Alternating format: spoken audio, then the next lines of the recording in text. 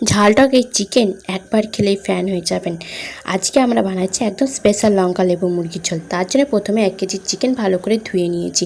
তার মধ্যে ইউজ করছি পেঁয়াজের রস এবং আদা রসুনের রস, তার সাথে লেবুর রস এবং কাঁচা পাকা লঙ্কা পেস্ট ভালো করে মাখিয়ে 30 মিনিট রেখে দেবো এবং কিছুটা সাদা তেলও দেবো।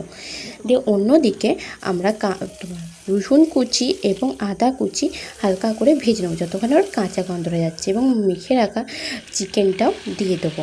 দিয়ে একটু ভালো করে নাড়াচাড়া করে নেবো।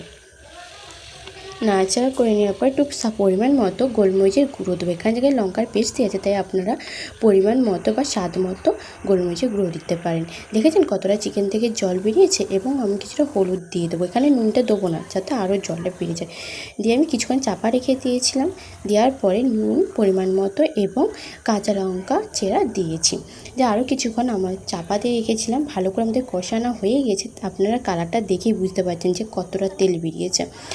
আর তার মধ্যে লেবুর ফ্লেভারটা আরও ভালো আসার জন্যে লেবু পাতা এবং কেটে রাখা লেবু দিয়েছি। আরও কিছুক্ষণ চাপা দিয়ে রেখে দেবো। 10 মিনিটের মতো আমি চাপা দিয়ে আরও রেখে দিয়েছিলাম।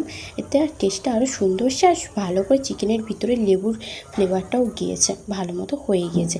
লাবার আগে কসুরি মেথিও দিয়ে দেবো এবং কিছুটা লেবুর রসও দিয়ে দেবো, যাতে লেবুর ফ্লেভারটা আরও ভালো আসে, টকটকও লাগে। আরও 2 মিনিটের মতো আমি চাপা দিয়ে রেখে দিয়েছিলাম। আর গ্যাস বন্ধ, দেখুন কত সুন্দর কালারটা এসেছে। আর চিকেনটা দেখে কী লোভ লাগছে না? এই চিকেনের রেসিপিটা থাকলে এক থালা ভাত নিমিশেই শেষ হয়ে যাবে।